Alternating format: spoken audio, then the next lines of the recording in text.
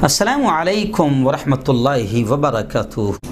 جی ہاں ناظرین، prime news میں خاص طور سے یہ جو میں خبر بیان کر رہا ہوں صرف خبر مقصد نہیں، بلکہ اس کے پیچھے ایک اہم سندیش ہے، ایک اہم پیغام ہے، ایک اہم میسیج ہے۔ جی ہاں، خبر تو کچھ اس طریقے سے ہے، میں جان بوجھ کر نہ گاؤں کا نام لوں گا نہ اس علاقے کا نام لوں گا، میں جان بوجھ کر نہیں لوں گا، کیونکہ ہمارا مقصد ان کو ٹارگیٹ نہیں کرنا ہے، لیکن خبر بتا کر ایک پیغام دینا ہے۔ خبر کچھ اس طریقے سے ہے کہ جو امام محترم، جو ایک مسجد کے امام ہیں، ان کا نام بتایا جا رہا ہے قاری اسلم صاحب۔ جی ہاں، قاری اسلم صاحب، اور ان کی جو اہلیہ تھی، ان کی جو بیوی تھی، وہ بھی عالمہ تھی اور بچوں کی تعلیم و تربیت میں دونوں مصروف تھے۔ ظاہر بات ہے کہ امام صاحب اور ان کی عالمہ بیوی کیا قوم کو تعلیم دیتے ہیں، وہ آپ کو سب کو معلوم ہے۔ مکتب کا پڑھانا، قرآن کا پڑھانا، اسلام کی بنیادی باتوں کا پڑھانا، ایمان کی بنیادی تعلیم دینا، یہ تمام لوگ وہ کام کر رہے ہیں۔ اور امام محترم قاری اسلم صاحب مسجد میں امامت کرتے ہیں، 5 وقت کی نماز پڑھاتے ہیں۔ اور اب جب ان کے ساتھ یہ حادثہ ہوا کہ جو گھر ان کو کمیٹی نے رہنے کے لیے دیا تھا، ٹرسٹیوں نے، متولیوں نے رہنے کے لیے دیا تھا مسجد کی طرف سے، وہ گھر بارش کی وجہ سے اس کی پوری چھت گر گئی۔ اس گھر کی تصویریں بھی آپ اسکرین پر دیکھ سکتے ہیں کہ کتنا خستہ حال گھر تھا، کتنا یوں سمجھیے کہ کمزور گھر تھا کہ بس وہ اس گھر کی چھت گری اور 5 لاشیں، یوں سمجھیے کہ امام صاحب کی پوری فیملی ختم ہو گئی، 3 بیٹے، 1 بیٹی اور بیوی۔ میرے پاس الفاظ نہیں ہے کہ کیا ان کی کیفیت رہی ہوگی، کس طریقے سے اللہ نے ان کو صبر دیا ہوگا 5 لاشوں کا جنازہ پڑھانا اور اپنی پوری فیملی کے جنازے کو گھر سے نکال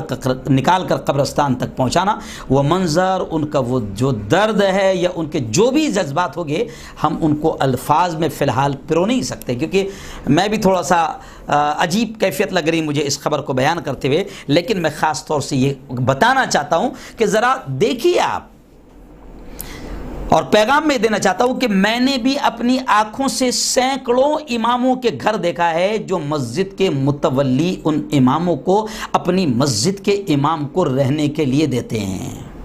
میں نے بھی اپنی آنکھوں سے دیکھا ہے، بڑا خستہ حال ہوتا ہے۔ متولی صاحب کا، ٹرسٹی صاحب کا وہی مسجد کے بازو میں یا محلے میں شاندار بنگلہ ہوتا ہے۔ جی ہاں، ویسے بھی آپ کو معلوم ہے کہ ہمارے ہاں مسجد کا متولی اور ٹرسٹی کس کو بنایا جاتا ہے؟ جو محلے میں تھوڑا سا دادا قسم کا ہو، بھلے ہی 5 وقت نماز نہ پڑھے، محلے میں تھوڑا سا بڑا ہو، بھلے ہی کچھ نہ دین سے دور رہے۔ جی ہاں، تو عام طور سے ایسے لوگوں کو بنایا جاتا ہے، ایسے نہیں کہ بھئی سب طرف، لیکن عام طور سے آپ دیکھیں گے کہ مسجد کے ٹرسٹیوں میں جو علاقے کے پیسے والے ہوتے ہیں یا بڑے ہوتے ہیں، بھلے ہی وہ جاہل رہے، ان کو امام کی بالکل بھی قدر نہ ہو، وہ امام کو خادم اور نوکر سمجھے اور نوکروں کی طرح ڈانٹ کر اونچی آواز میں ان سے بات کریں، انہیں امام سے بات کرنے کی تمیز نہ ہو، ایسے لوگ بھی ذمہ دار بنتے ہیں۔ بلکہ مجھے ہنسی آتی ہے کہ ہم نے تو یہاں تک کہ دیکھا ہے کہ امام صاحب جب نئے آئے ہیں تو ان کا انٹرویو لینے کے لیے جاہل ٹرسٹی ان کا انٹرویو لے رہا ہے کہ امامت کے لائق ہے کہ نہیں ہے، جبکہ جاہل ٹرسٹی کو صحیح انداز میں قرآن پڑھتے نہیں آتا ہے۔ تو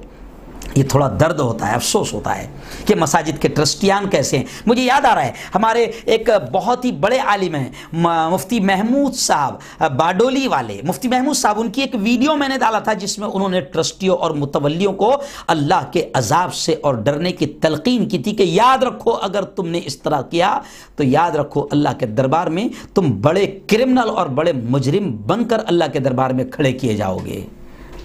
آج حال یہی ہے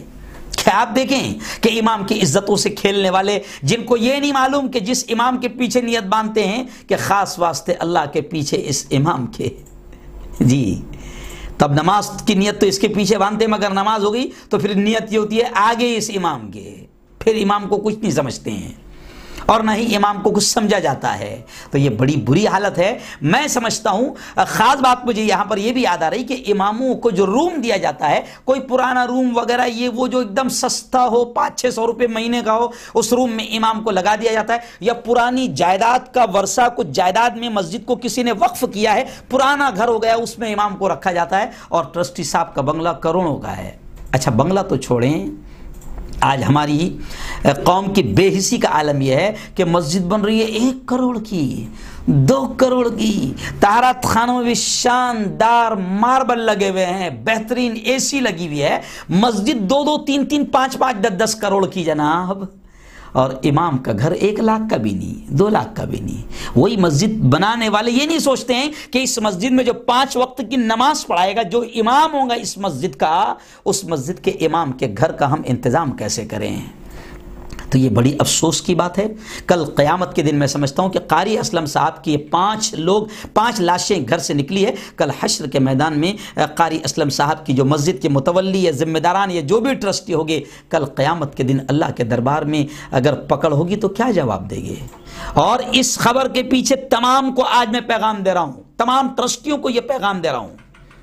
کہ یاد رکھیں، امام کا رتبہ بڑا اونچا ہے، وہ حافظ جی کا رتبہ بڑا اونچا ہے۔ نبی محترم حضرت محمد صلی اللہ علیہ وسلم نے فرمایا کہ یہ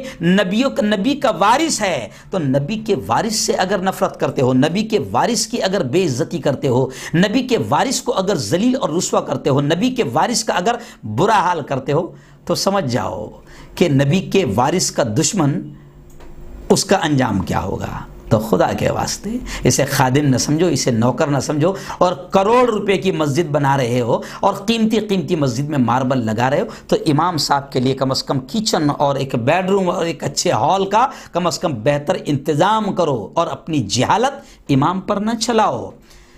اپنا ظلم امام پر نہ چلاؤ، اللہ کے دربار میں بڑی سخت پکڑ ہوگی۔ میں خاص یہ پیغام آپ کو دینے جا رہا ہوں۔ آپ دیکھیں کہ میں سینکڑوں گھر تو میں نے بھی دیکھا ہے، آپ نے بھی دیکھا ہوگا کہ اماموں کے گھر کا کیا حال ہوتا ہے۔ اگر ان کے یہاں کوئی مہمان آ جائے، ان کے کوئی رشتہ دار آ جائے، تو بڑی پریشان حالی کی زندگی گزارتے ہیں۔ خدا کے واسطے جو قومیں اپنے اماموں کا ادب اور احترام کرتی ہے، ان قوموں کو اللہ عزتوں سے بھی نوازتا ہے،